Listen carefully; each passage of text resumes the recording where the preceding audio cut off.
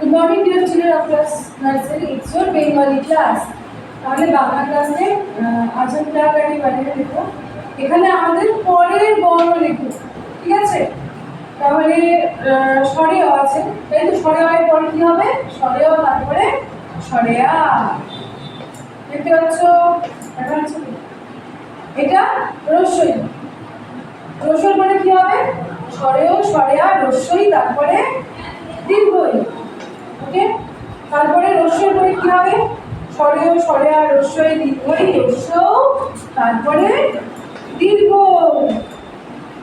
আচ্ছা, তারপরে রি রি এ, এরপরে ওই, ওর পরে ও।